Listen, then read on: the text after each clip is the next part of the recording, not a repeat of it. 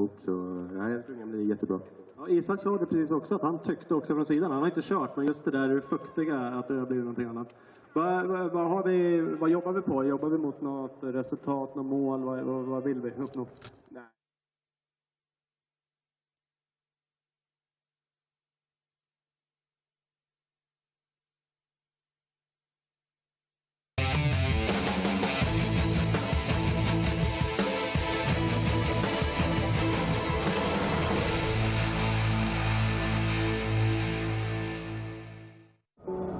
After 3 long years, we're back in Scandinavia, just 100 kilometres north of Gothenburg, at the Glimminge Motor Stadium. In MX2, the battle for gold is looking like going all the way to the final round in Turkey, with Jargo Hirts currently holding a 23-point lead over Tom Vial. Can Hirts continue his winning run, or will Vial strike back at the scene of his first ever GP victory? Let's find out at the MXGP of Sweden.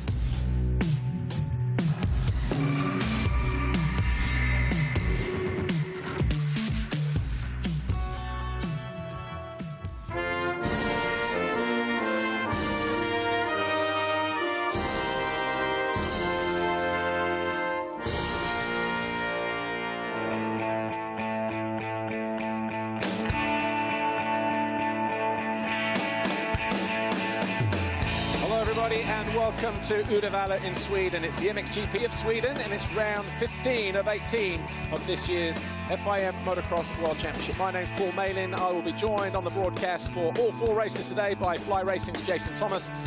And here we are for the first time in since 2019 at Uddevalla.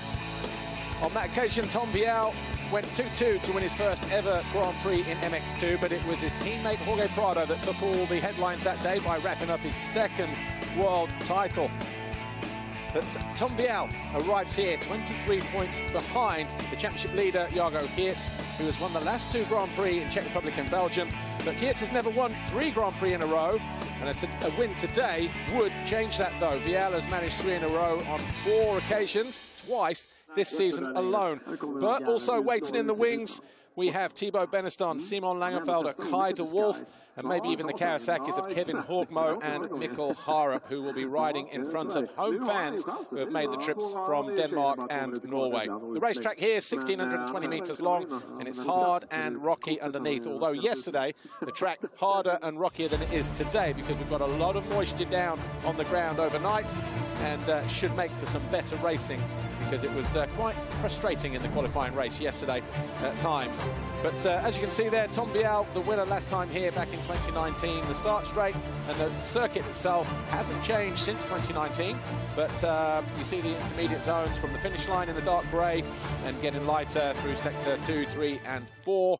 And that's what it looks like on paper. The hill people are back, and they will be in fine voice a little later on today.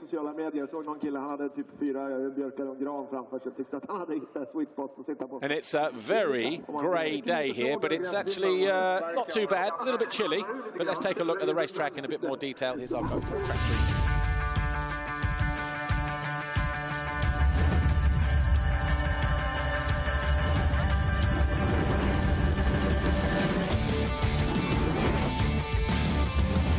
FNH Kawasaki of Kevin Horgmo, just from over the border in Norway.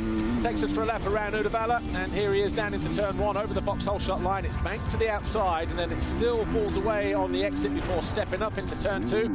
Saw a little bit of drama there yesterday in 1 or 2 races, but you see how wide it is, but those lines will cut across and interchange before they drop down through the valley again up into turn 3. The first major jump, the FC Moto tabletop, that takes the riders downhill over 2 kind of hip jumps, if you like. The first one steeper than the second, but the ruts, the bumps either side of that, there's a lot going on through the front end as they reach that bottom left-hand turn. Back on the gas over this short shot climb here, and then into this tight right. Dropping away on the Monster Energy jump, we end up in turn 6, this banged left-hander, very hard and slick, and it was quite chewed up by the end of the day yesterday as they approached that wave section. 6 waves, but as you can see on the inside on the right-hand side there's a half wave, so 7 if you take the outside line up that straight. Tight right leads to a tight left, over the hip jump here, a run up towards the Liquid Moly tabletop, There was a lot of wind yesterday blowing in from the right-hand side, so will that pick up again today? Will it cause any problems, yes or no? I'm sure we'll soon find out.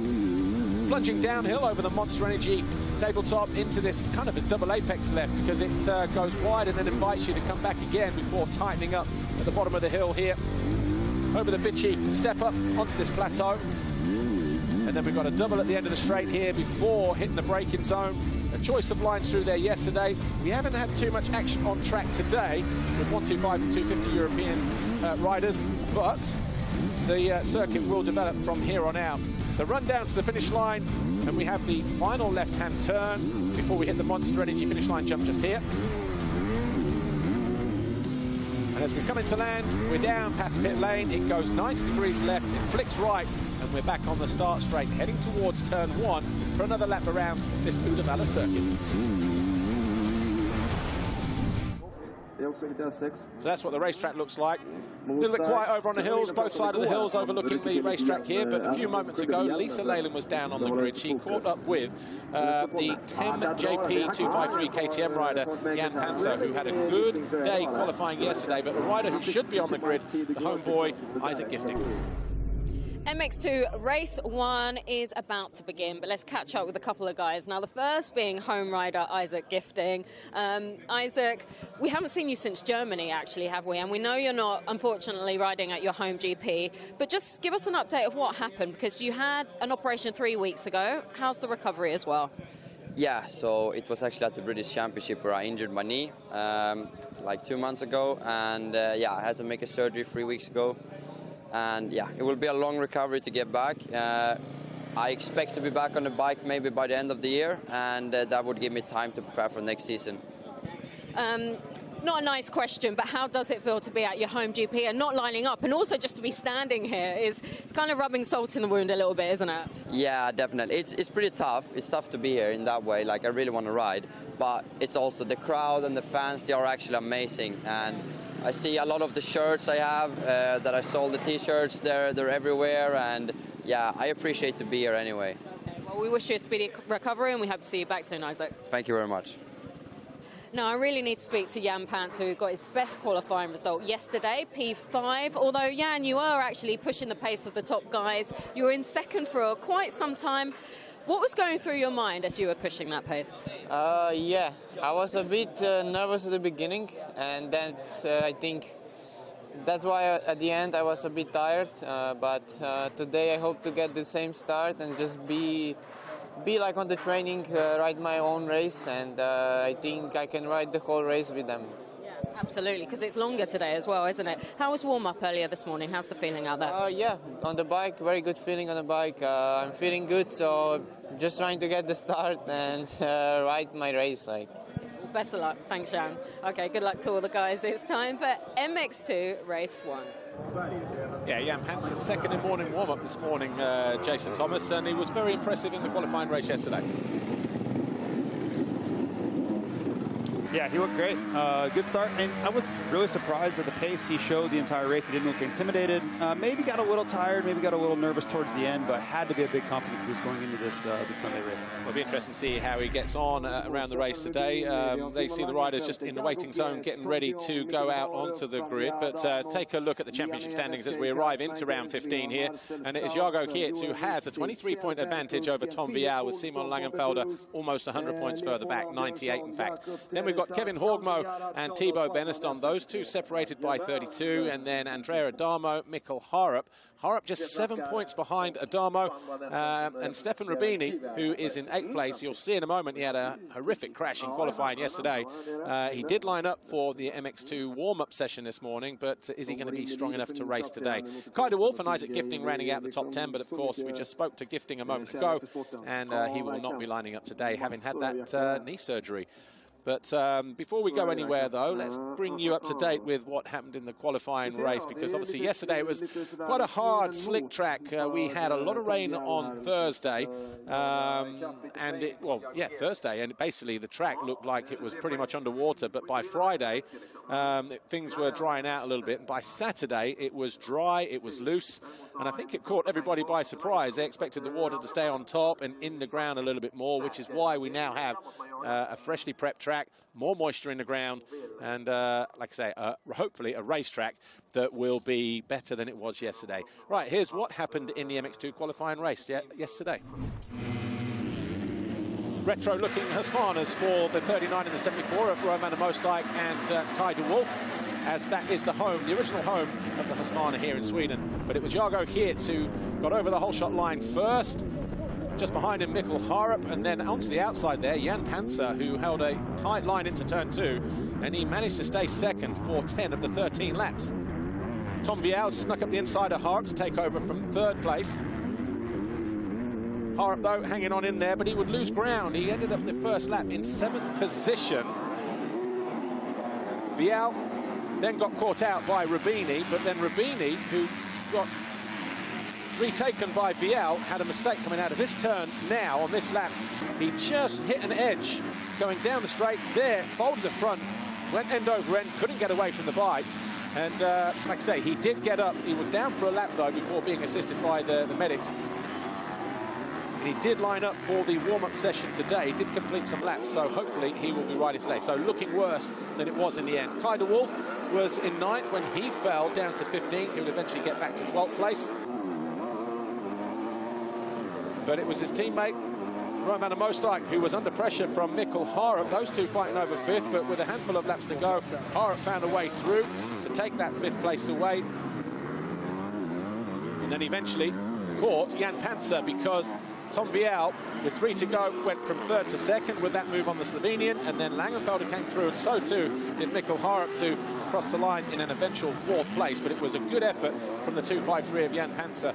I actually spoke to him after the qualifying race as well, and he just said, yeah, he wasn't used to running that pace, and he just tightened up. Thibaut Beneston, even though he fell, he picked himself up in 9th, didn't lose any positions, but it was all about his teammate, number 93, Jago Geerts. Led every one of the 13 laps, dropped downhill for the final time, and when he hit the line, it was for his 6th qualifying race win of the season. And of course, he goes to the line on pole ahead of Tom Vial, Langenfelder, Harup, and Panzer.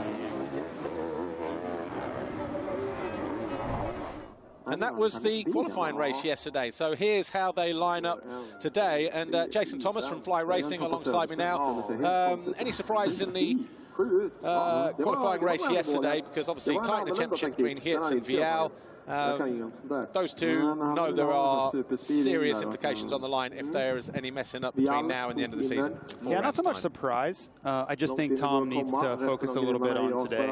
He didn't look that sharp yesterday, lots of mistakes. Needed to get past Jan Panzer earlier and couldn't do that. And if he wants any chance of climbing back into this championship, he's got to finish ahead of Jago Geerts. Belgium was obviously a crucial round in the fact that Jago Geerts had just won in Czech Republic, retaken the championship leader's red plate. He left Belgium 23 points clear. And here he is, the Monster Energy Yamaha rider. But Tom Vial will have his work cut out. But we also know that Tom Vial, 23 points down, could be riding like the wounded animal now. He knows he has to fight back, and he will do, and give him a whole shot, and he could be running away with this one if the rest of the pack aren't that careful. Yeah, and you wonder how the pressure swings back and forth. Is it more pressure on Geerts being out front now, or is it more pressure on Vial that he knows he has to respond?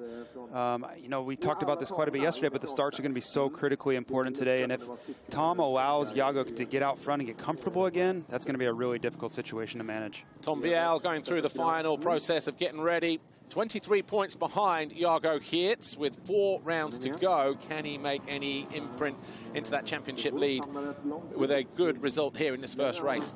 Andrea Damo, who crossed the line, we're 8th in the qualifying race. So as you can see, over on the left-hand side, Tom Vial has taken the first available gate, even though he went to the line second. But I just wonder if that was because Jago Geerts given himself a little bit of space and a little bit of leeway, because 7 or 8 gates over, there you see, just on the edge of your screen there, he may just have the impetus just to carry more momentum around that first turn. Thibaut Beneston could be one of the danger guys here. He knows this track, he likes these kind of conditions. He may have been 9th in qualifying, but give him a start and he could be a real thorn in the side of those challenging for the championship. And Jan Panzer, fantastic qualifying, 5th in the qualifying race, his best of the season, his best of his career as well, and he'll be looking to improve on that today. Kai de Wolf, likewise. who was on the podium in Belgium last time out. Looks like everybody is in position. Tom Vial picks gate 1, and if he gets a good jump from there, expect him to move across to his right to open up that first turn. Fly Racing 15-second border for the first time today then. And we are getting ready to go racing here, Uddevalla, round 15, the MXGP of Sweden.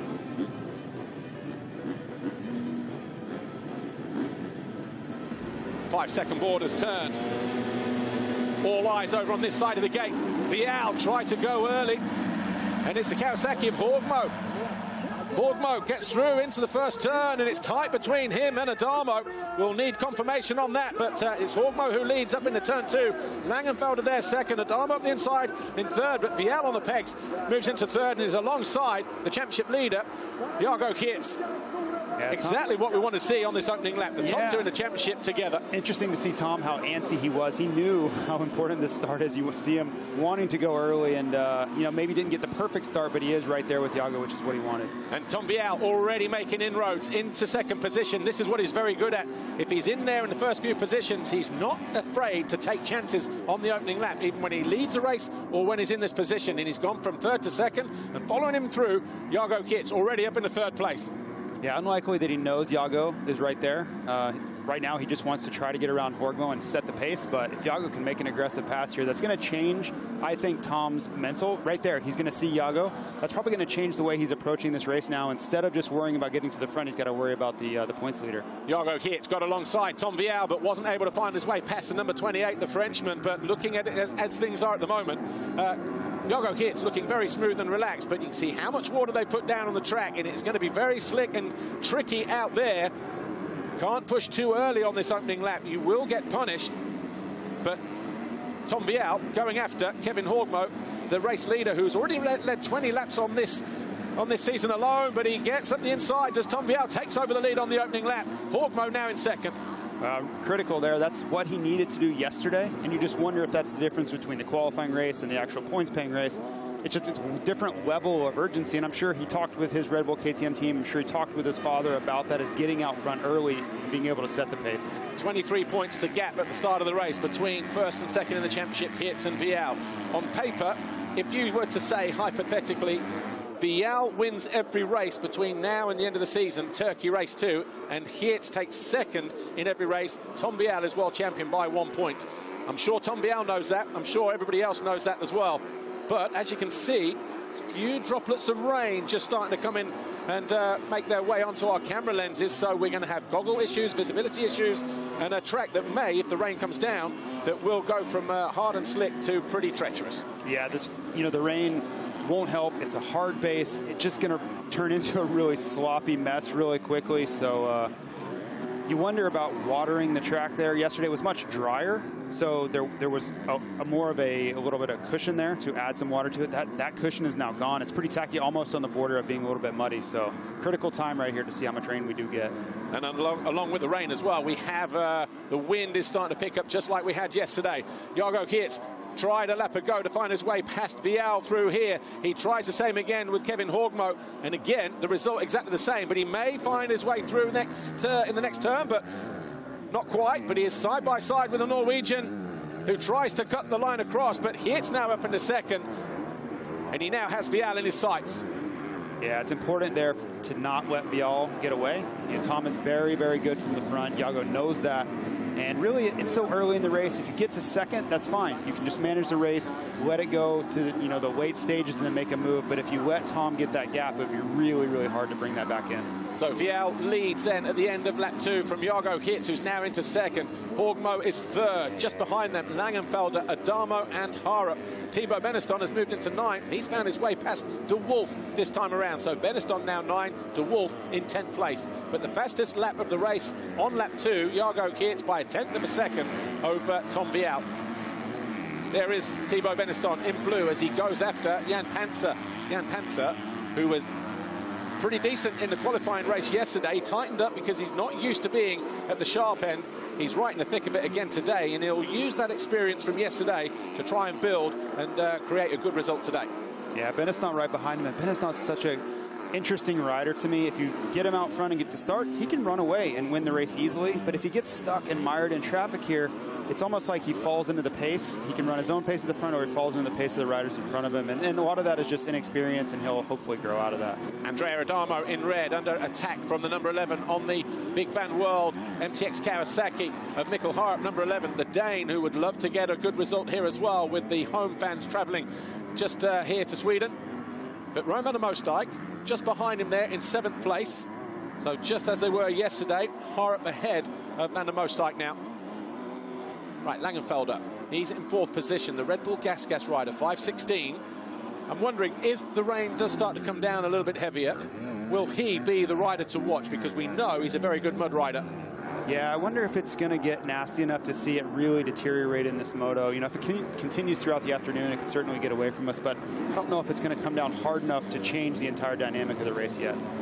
Right, Van der Mostijk looking to make a move on Mikkel Harp there, pretty much wheel to wheel as they head up onto the plateau. But the impetus with the rider in white on that retro-looking Husqvarna.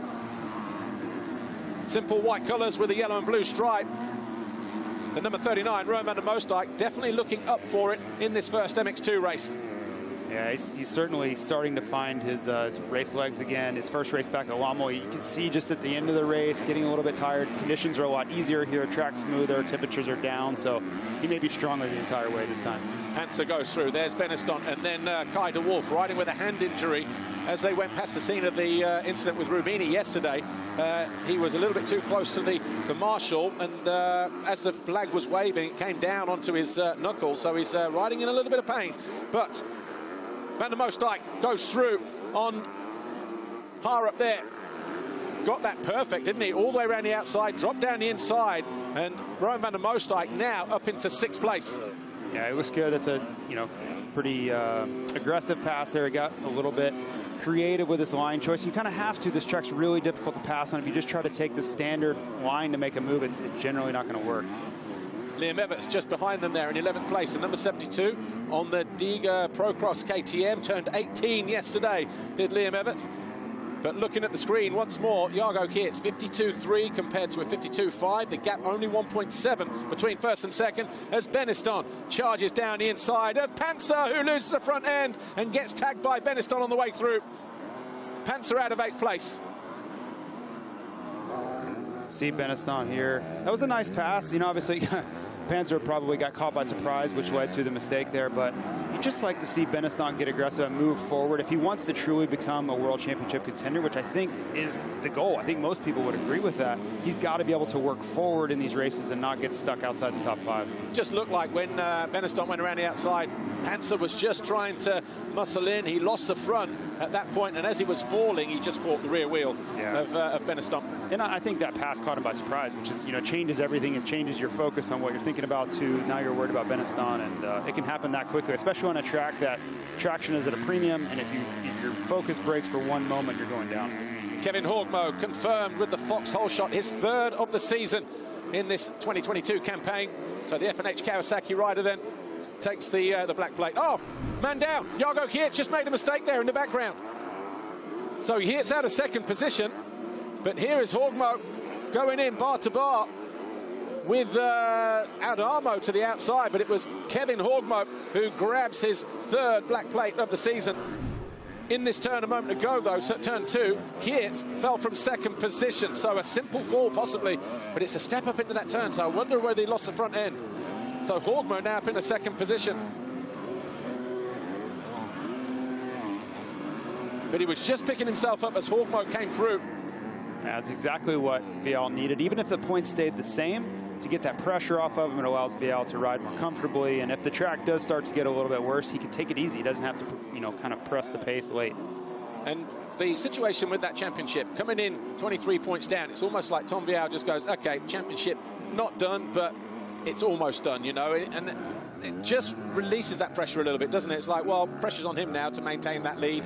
I can just enjoy my riding. And that's exactly what's happening now with Tom Vial. He's gone out, got a good start, got himself to the front. He's applied the pressure from behind then on Jago Kitz, who's just bolted the front and lost that second place. Yeah, when I think you're the championship leader, it really absorbs all of your thinking all the time. During the week, it's all you think about, it's all you focus on. And is that Adamo? Adamo has pulled up. He looks like he's got some kind of injury, and I'm just wondering whether it's a knee or an ankle, because the way that Adamo pulled up at the side of the track there, it looks like he's in agony. And Adamo out of 5th place. Yeah, that's unfortunate. Had a good ride going there, and you just hope it's not serious. And Adamo, you would have to imagine, look at the rain falling down here. Adamo, a choice for the MX2 berth for the Motocross of Nations later on in the year, and he's pulling off the track here, so it could be disastrous end to the season for Andrea Adamo. Yeah, definitely in pain there. That's no fun. It's really coming down now. So all the talk about this track starting to go away may come to fruition here with another 20 minutes to go. Stefan Rubini just ahead of these guys as they go up into turn 2. Adamo, though, the SM Action Racing Team US Battery Gas rider, just trying to get off that bike. He is in absolute agony.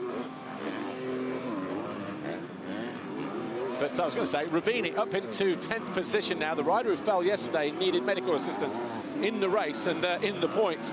Pretty impressive. Anyway, here's Kai de Wolf. He is in 8th position, chasing down Thibaut Beniston. Rain absolutely teaming down, and I wonder whether riders went with roll-offs or tear-offs, because that will be another thing to deal with in the latter stages of the race. Here is Jago Kitz going after Horgmo. Roll-offs for Horgmo. Just saw him pulling on the cord there. And Jago Kitz also. So visibility shouldn't be an issue for those guys, unless, of course, you get water or mud stuck under the film on the goggle lens. Yeah, and if you just get really unlucky and get some sort of raindrop behind that film, that's probably the worst case scenario. But the way it is right now, it's not super muddy yet. You're not really seeing the mud stick to the bikes yet. It's not too bad, other than just being a nuisance. And really, the toughest part is you're starting to flirt with losing traction. The front end's going to step out. You see them starting to slide a little bit as they accelerate out of the corners. Last lap around, 1:52.9 for Vial. The previous lap here, it's obviously that 58.0. That's how much time it cost him with that incident. Hopefully he should be back on terms. Yeah, well, 54 is him and Horgmo. So the gap now, 8.5 seconds between first and third. 7.5 seconds between first and second as Jago Kitz looks to cut up the inside. Brakes a little bit later. He's got a sharper turn to make through that turn. This is where he fell a couple of laps ago. We didn't see it. We just saw him picking it up. You can see the lines, how deep the ruts are there. So easy to make a mistake on that part of the racetrack. Yeah, and for Jago here, I think you just need to stay calm. He has plenty of pace to get around Horgmo here, and you don't want to let one mistake turn into another and really let the points get away from you.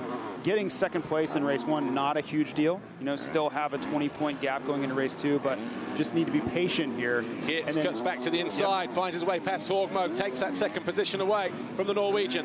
And you can put some pace in here and see if you can start to close the gap down. You just want to be patient and not make another mistake, because it's okay for Vial to win. That's the cushion, and that's the benefit of having a 23-point lead coming in. And also the benefit of having 2 races. You can win one and go 1-2 and then 2-1. You still maintain that points gap and things like that. But Hyvinka in Finland in a week's time will be a little bit sandier.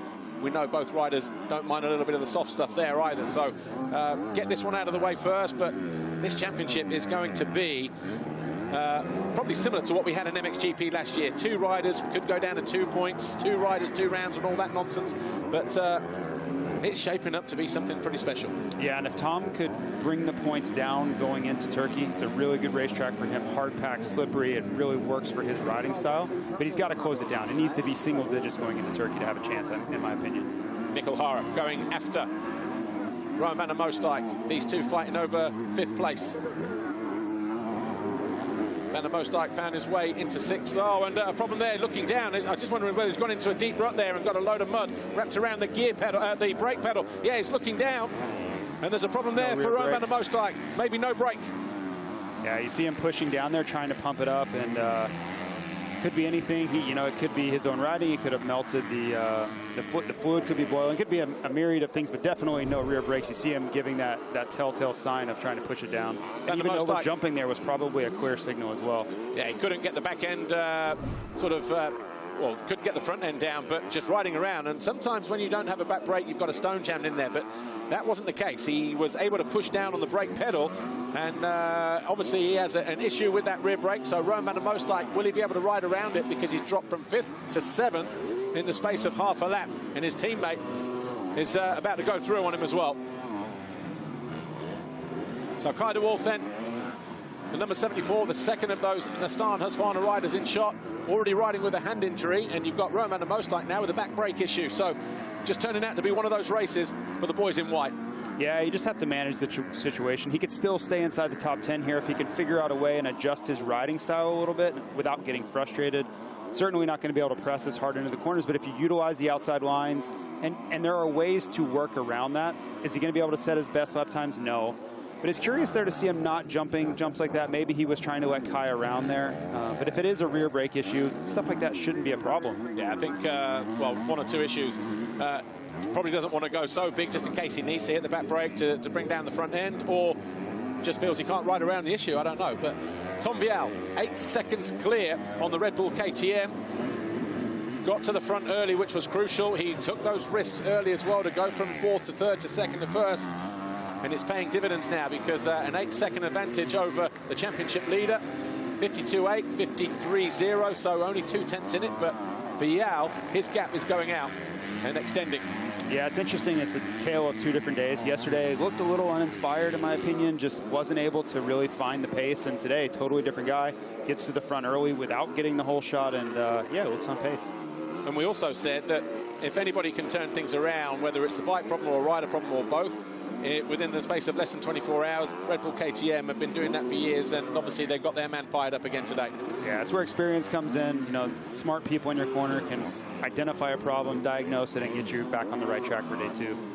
Well, Roman van der Moosdijk still circulating in 9th place now. I was just looking on the timing screen as he went through.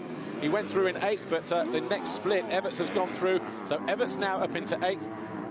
And good to see Bobby Bruce in there as well in 15th place. His first MX2 round on the AC United gas. Had some issues with the truck on the way over here. Ended up on its side about 20 minutes from here. So obviously a good result from that team with Bobby Bruce, who was riding 125 last year. Obviously that would be nice for them. So good to see Brucey, the Bobster, up there in the top 15 in his first MX2 appearance. Right, Simon Langenfelder dropping downhill. Rain looks like it's stopped, and even though the wind may still be picking up, that would be a good thing for the track, because it'll just start to coagulate all the mud together. Harup in 5th position, going after the German. Now he hasn't got to deal with Roman van der Moosdijk, because he was in that battle with van der Moosdijk until he had his back brake problem. So looking sharp, the number 11, second rider in shot here, Mikkel Harup.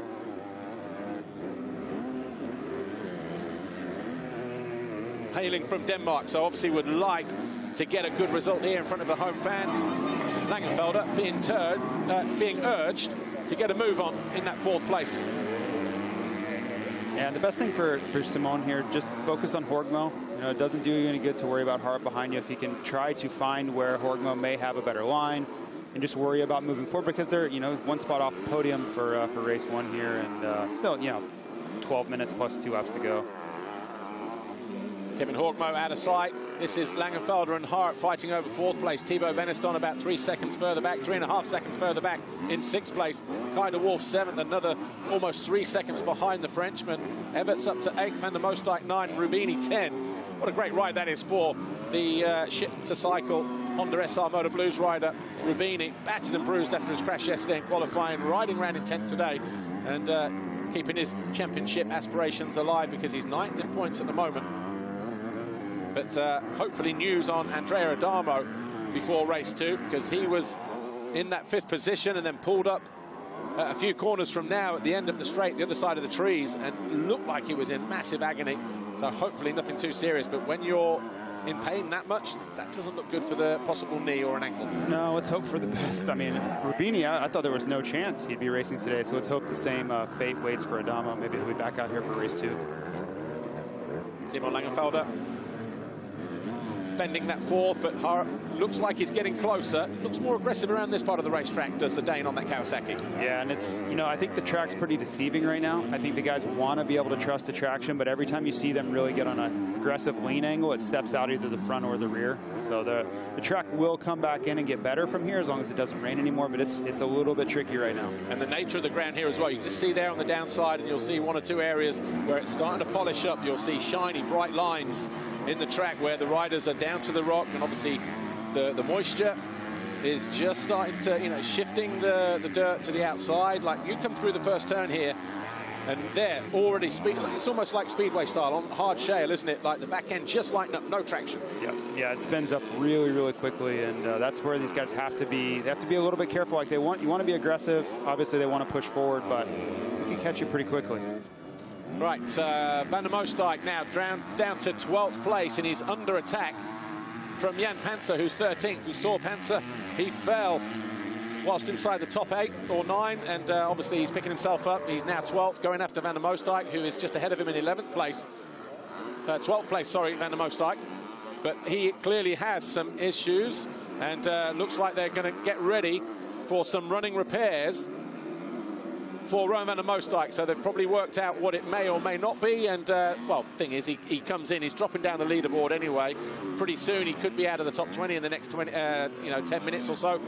So they've got nothing to lose and everything to gain if they can fix it. And I was wondering how the math dictates there. It's not going to be a quick change. Whatever they have to fix, he's already down into what, 12th place. Are there going to be any points left by the time you come in, have something fixed, and get back out there?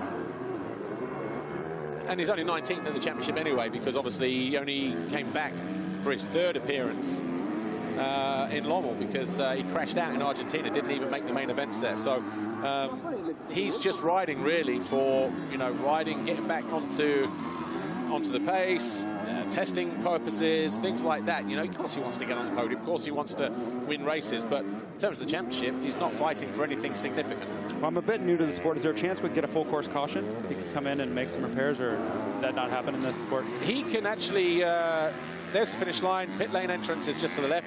They can only make repairs in pit lane. Okay. So there you go. But there's no radios. No radios, no full course caution, no fuel stops. No virtual no virtual safety car and all that, no.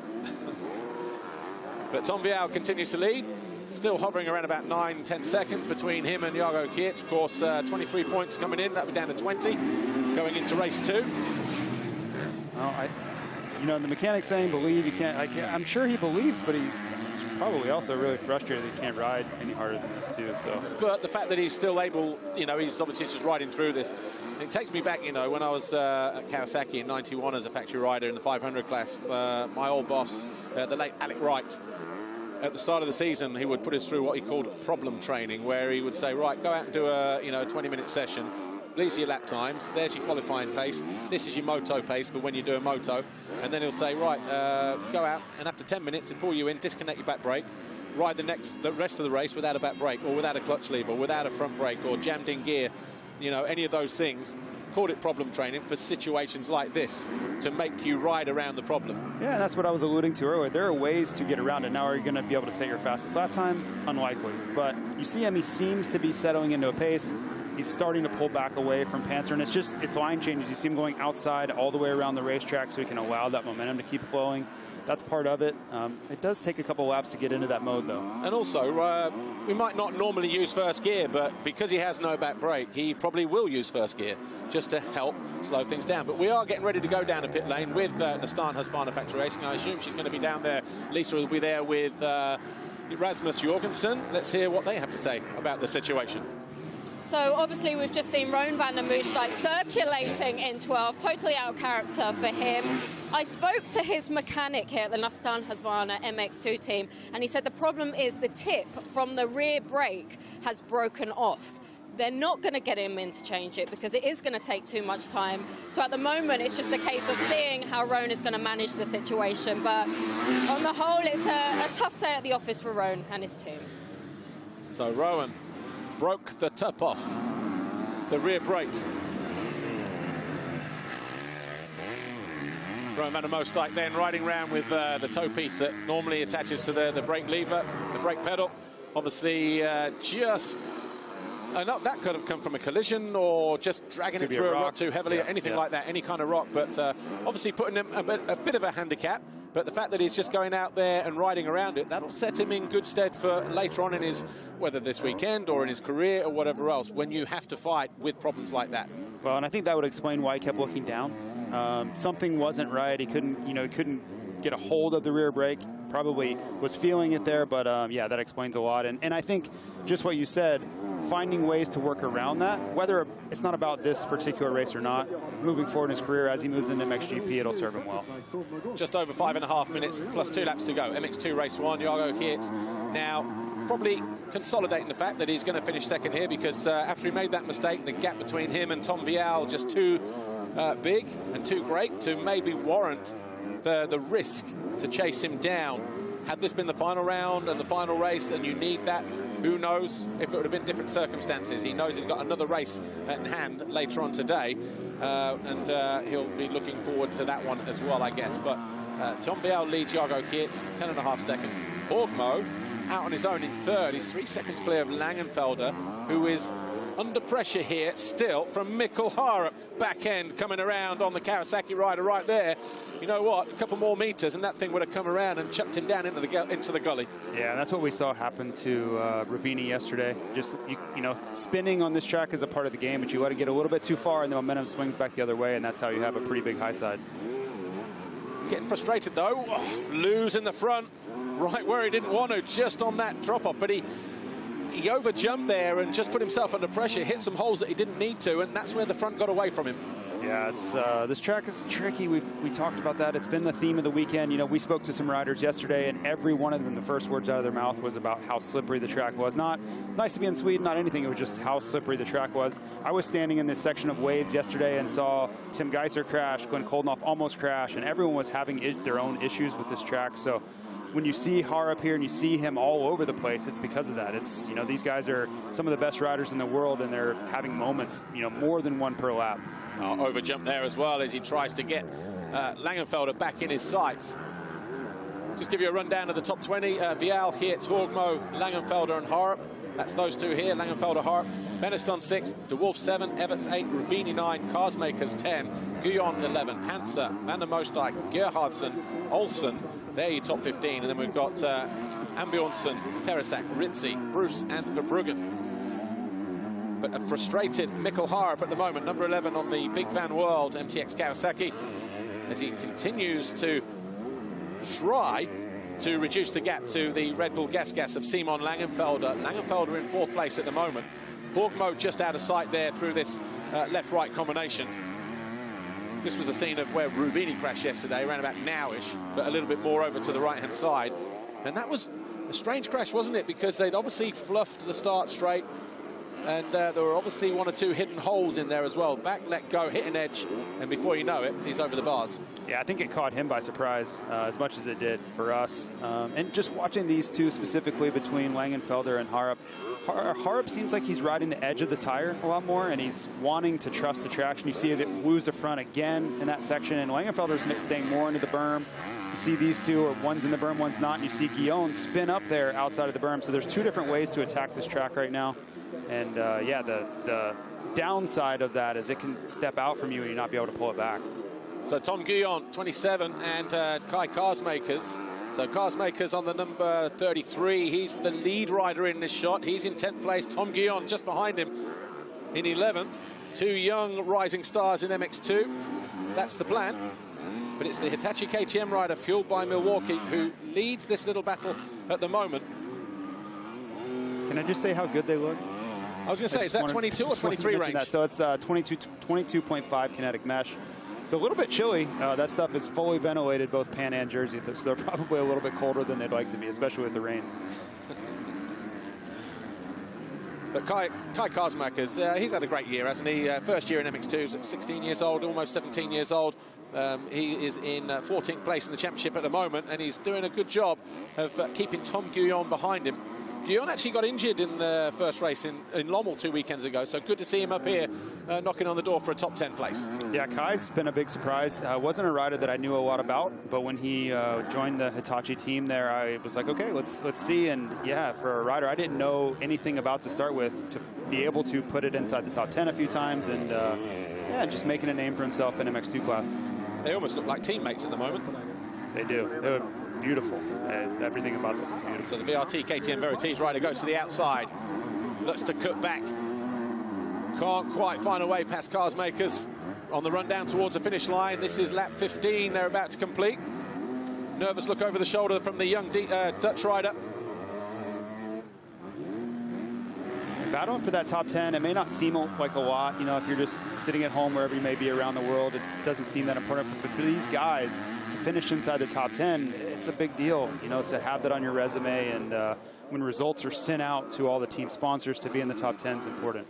Yeah, and also whether it's a financial reward bonus from the team and the sponsors, that kind of thing. But at the same time, these guys are new. They're early in their MX2 careers. So a top 10 now gives them the impetus to go for a top 8 and a top 6, a top 5, you know, and then knocking on the door for the big prizes. Well, you know, the bosses from KTM or whoever may be the decision makers, it's important, especially in the formative years of their career to, you know, just like, you know, there was big news for Liam Everts taking the next step. And a lot of these guys, that's the kind of things you need. You need that affirmation in your riding and moving forward late in the race, getting inside the top 10 when conditions are not ideal. It's rainy. It's, you know, there's a lot of challenges. That stuff goes a long way.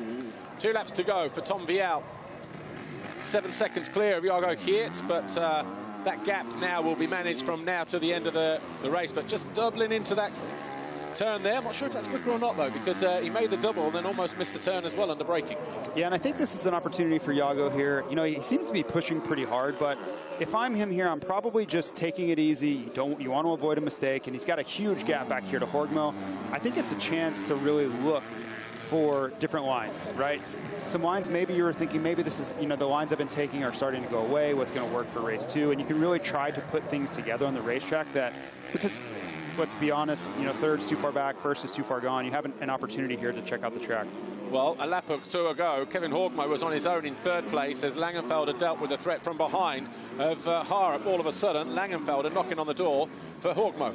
Yeah, and he's losing a side plate there. Probably nothing more than an annoyance. He may not even know it's happening, but you know, it's not the most ideal thing, especially if your leg's falling back in some of the corners. You can feel that, and it breaks your concentration sometimes. Yeah, the bodywork just hanging off the side of the F&H Kawasaki there. Not sure when he picked that up, but possibly just a loose bolt. Doesn't look like he's been in a collision with anybody, Kevin Horgmo. But is it frustrating him, yes or no? Is it going to cost him 3rd place in the late stages of this race? Langenfelder will see there's a problem as well, and he'll just lock onto the rear wheel of the 24, and he'll believe that there will be 20 points on offer by the time the checkered flag falls. Just managing this situation, very similar to what we saw with Roman van der Moosdijk, riding around the back brake issue. Kevin Horgmo having to do the same here in the late stages, but this is for a top 3 race finish. We've got waved yellows at the bottom of the hill here into the final corner. Rider picks himself up, no problems for Tom Vial, who enters the final lap with a healthy margin over his championship rival. It's about a picture-perfect race for Tom. If you were going to draw it up after yesterday, this is exactly what you would have wanted. Maybe Jago a little bit further back, but it's every time you go out, you need to claw points back, and this is step 1. Langenfelder last time around was the fastest rider in Sector 2. Fastest of the race as well, by the way, as he homes in on the F&H Kawasaki of Kevin Horgmo. Horgmo got 3rd in race 2 in Lommel. He was absolutely ecstatic with that because a tough racetrack to get a top 3 finish in the deep sand. But he's doing it here at home. When I spoke to him on Friday, he said he was a little bit nervous because of the fans. As a rider just out of the way, the same rider that was down on the line a moment ago in the final turn. But Kevin Horgmo felt nervous coming into this weekend because of the fans and the weight of expectation. But he's managed this situation well until now. Well, you know, because now he's got Langenfelder breathing down his neck. Yeah, these are the most important sections of the racetrack for Horgmo to focus, because if you can't make a pass here, it gets much more difficult. The track gets much narrower and the opportunities go away. So Horgmo has a nice gap here as long as he can ride through this section, get down in the next couple corners, mistake-free, he should be fine. A mistake for Langenfelder coming out of that turn as well. It's cost him time, and it's allowed Harrop to close in on him at the end of the straight. He was just off balance and he was cross-rutted, but Beniston coming from out of nowhere in 6th position. All of a sudden, this final lap has been an absolute blinder for Thibaut Beniston on the Yamaha there in the background. And I don't think these guys are expecting him. You just wonder if there's an area to even make a pass. You know, this inside's pretty slow here. It's not going to really work. And it's tough. You know, maybe a lap or two he could get up to 4th, but he's probably going to run out of time. A couple of corners for these guys to go. Who will it be that picks up that 4th, 5th, 6th position? Tom Vial, no mistakes about him. Final turn, Tom Vial over the line to take win number 1 here in this first race in Sweden. And it was a comfortable one as well for the Red Bull KTM rider. Jago Kirt over the line in 2nd position. 3rd for Kevin Horgmo. And it'll be 4th for Langenfelder, who just hangs on from Harrop and Beniston. And Kevin Horgmo, despite the bodywork hanging off the side of the Kawasaki there, hangs on for that 3rd place. And the fans loved every minute of it. Yeah, you see him look down. He could feel it on his heel there. Probably not what he was hoping to have to deal with, as he was already fighting off Langenfelder and Harrop. So Tom Vial then, who'd already led 233 laps, which was 45% of the laps here this year, adds another 18 laps to his tally, and he picks up 25 points as well, his 13th race win of the season. Imagine leading almost half of the laps of a season and still being 20 points down. You only need to win. You don't even need to lead a lap to be champion, do you? That's the crazy thing. Yeah, and we could point to the race in Zwischenthal being a big part of that, right? If you switch that around and he doesn't have a mechanical, maybe he's your points leader, but it's motocross racing. Riders still making the way over the line. Here's Lisa with Tom. Tom Vial, great job. You got out front early, you set the pace, and in the end, you got a comfortable win. Tell us about that race. Yeah, it was nice. I didn't have the best start, but I was on the inside, so it was really good.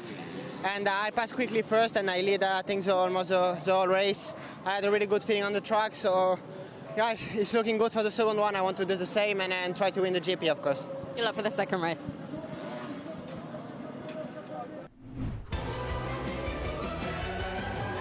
Tom Vial got off to a near perfect start, but he wraps it up with a race win, 25 points in the first race. 13 wins now for the Frenchman on the Red Bull KTM. He'll be looking to do the same in race 2 as he looks to reduce the gap even further. He was 23 points down on Jago Kirt coming in. He now goes into race 2, 20 points down. Do it again, that gap all of a sudden down to 17. So Tom Vial in a very good place heading into race number 2, and he wins race 1. So Tom Vial wins race 1 here in Sweden from Jago Kirt, Kevin Horgmo, Simon Langenfelder and Mikkel Harrop, with Thibaut Beniston just running out of time in 6th ahead of Kai de Wolf and Liam Everts. Stefan Rubini, impressive for him in 9th, and then Kai Karsmakers hanging on for 10th ahead of Tom Guillaume. Jan Panzer, Rowan van der Moosdijk, Albin Gerhardsen picking up 14th, Philip Olsen, Leopold Ambjornsen, 3 Swedes there, look, 14, 15, 16, and then Joel Rizzi, Jakob Teresak, Dennis Verbruggen, and just behind him, Bobby Bruce.